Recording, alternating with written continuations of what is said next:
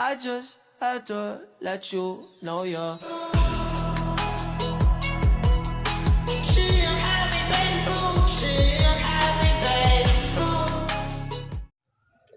Pada hari ini, saya akan menjelaskan materi mengenai perdagangan internasional dan kerjasama ekonomi. Selamat menyaksikan. Yang pertama, definisi perdagangan internasional. Perdagangan internasional adalah kegiatan transaksi jual beli barang dan jasa antara negara atau internasional. Selanjutnya ada teori perdagangan internasional.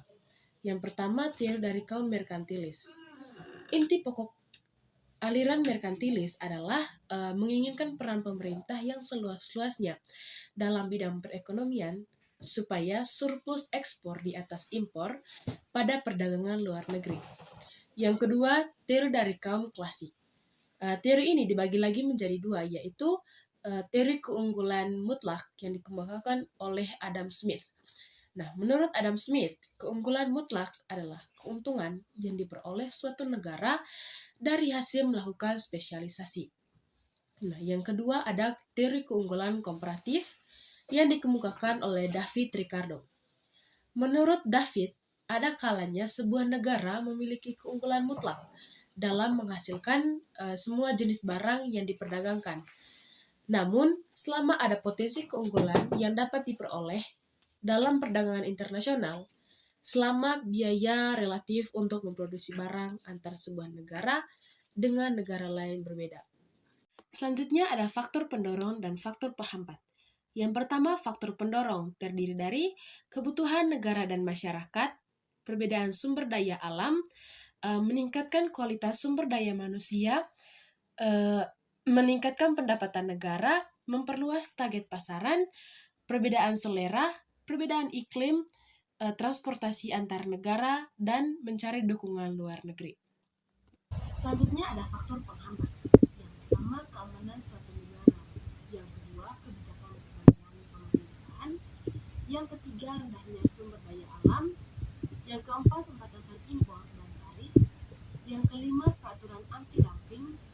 Yang keenam, perbedaan mata uang. Yang ketujuh, kurs mata uang tidak stabil. Yang kedelapan, proses pembayaran internasional.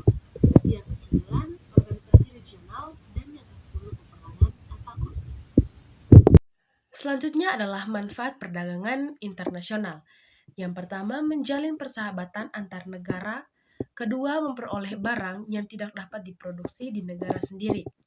Yang ketiga, memperoleh keuntungan dari hasil spesialisasi. Keempat, memperluas pasar dan menambah keuntungan. Dan yang terakhir, transfer teknologi modern. Selanjutnya merupakan jenis-jenis perdagangan internasional. Jenis yang pertama yaitu ekspor. Ekspor adalah kegiatan menjual barang ke luar negeri dan ada dua cara yang dapat dilakukan dalam melakukan ekspor. Cara yang pertama yaitu ekspor biasa dan yang kedua yaitu ekspor tanpa LC. Perbedaan ini terletak di penggunaan letter of credit atau LC sebagai alat pembayaran.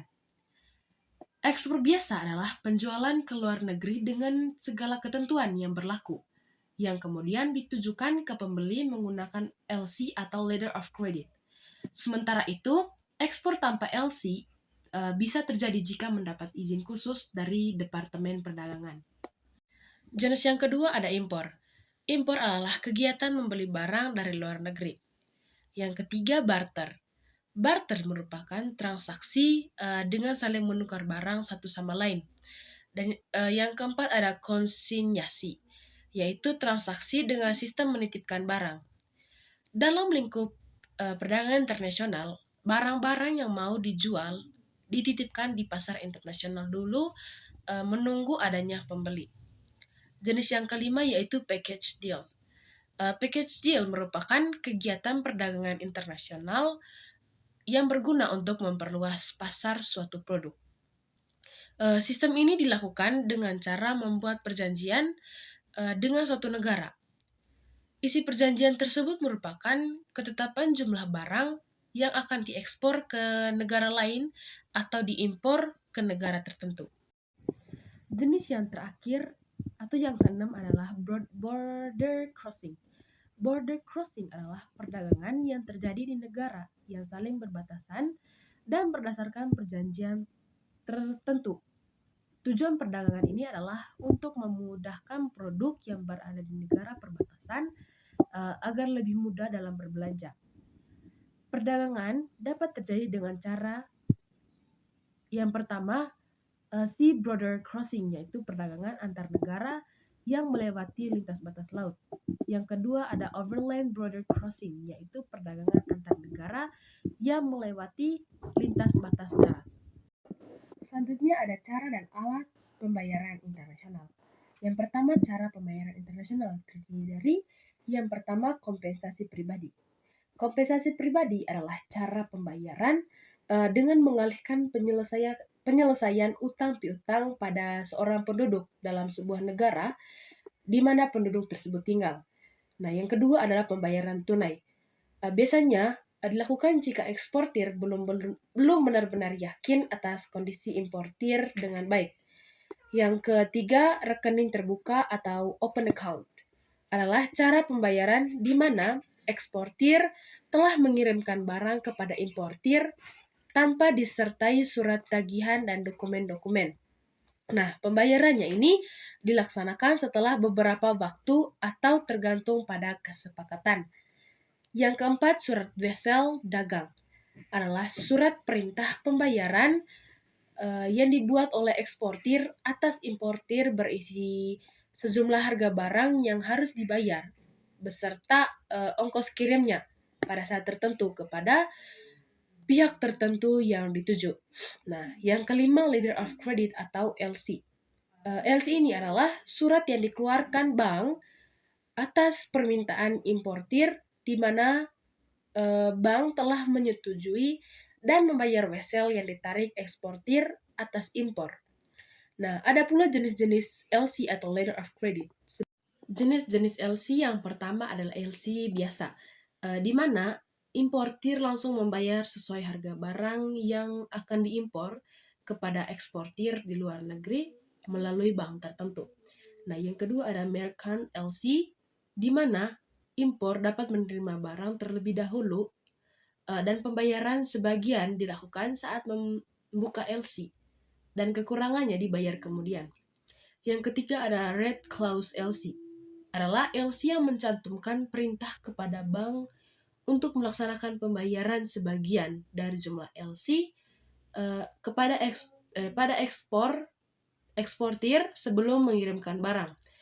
Yang keempat ada industrial LC yang digunakan untuk mengimpor barang industri secara cepat demi peningkatan industri dalam negeri. Yang kelima ada usage LC, adalah LC yang pembayarannya baru dilakukan dengan tenggang waktu tertentu. Berikutnya merupakan alat pembayaran internasional.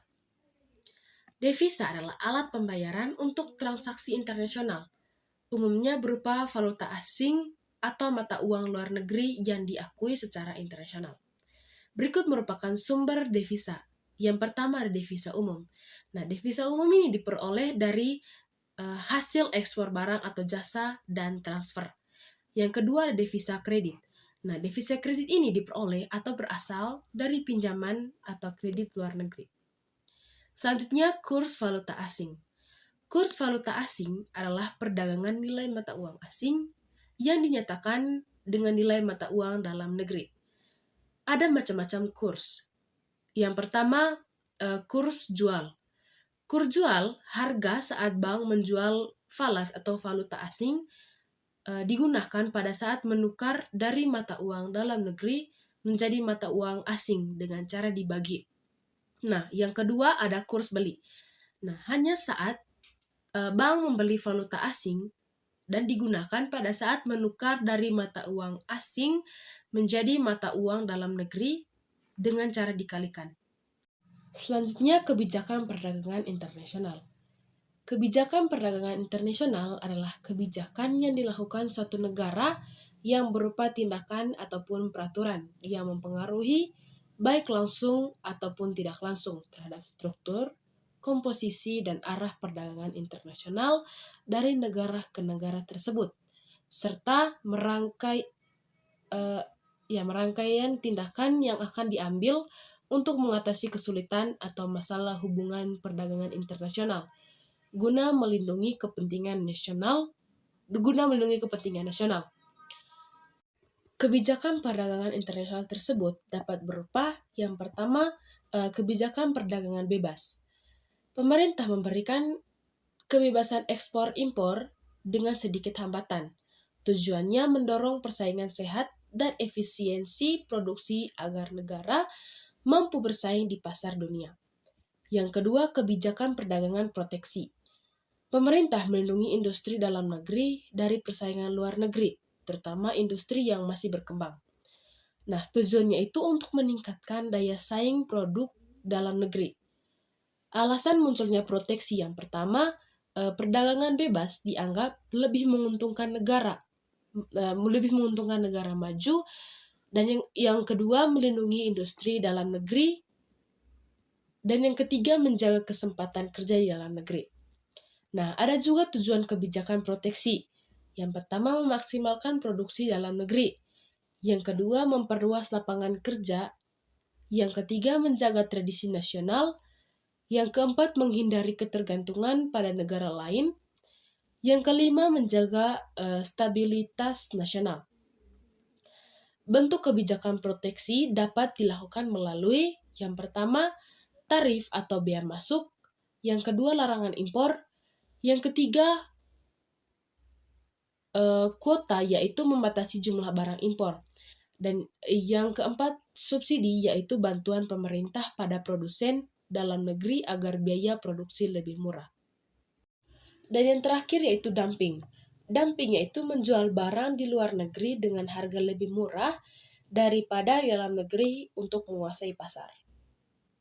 Materi yang selanjutnya adalah kerjasama ekonomi internasional. Selanjutnya ada lembaga-lembaga kerjasama ekonomi internasional. Yang pertama ASEAN, yaitu Persatuan Negara-Negara Asia Tenggara. ASEAN merupakan suatu kerjasama negara-negara untuk kestabilan politik, ekonomi, dan sosial budaya. ASEAN didirikan tanggal 8 Agustus 1967. Yang kedua ada IMF atau International Monetary Fund atau Dana Moneter Internasional. Badan ini lahir pada tanggal 27 Desember 1945 setelah diadakannya konversi di Bretton Woods, Amerika, dengan maksud untuk melancarkan kembali moneter internasional yang meliputi penetapan kurs devisa, memelihara kurs devisa, membantu negara anggota dalam menghadapi kesulitan neraca pembayaran, memberi saran penengahan inflasi. Yang ketiga ada ILO atau International Labour Organization atau Organisasi Buruh Sedunia. ILO didirikan dengan tujuan untuk menciptakan perdamaian melalui keadilan sosial, perbaikan nasib buruh, stabilitas ekonomi sosial, dan menyusun hukum pemburuan. Yang keempat UNDP atau United Nations Development Program atau Program Pengembangan PBB UNDP merupakan suatu badan yang memberikan sumbangan untuk membiayai survei jalan di Indonesia dan menangani program pengelolaan teknologi. Yang kelima ada ADB atau Asian Development Bank atau Bank Pembangunan Asia. Nah, tujuan didirikannya ADB adalah meminjamkan dana dan memberikan bantuan teknik kepada negara-negara yang sedang berkembang. I just had to let you know you're. She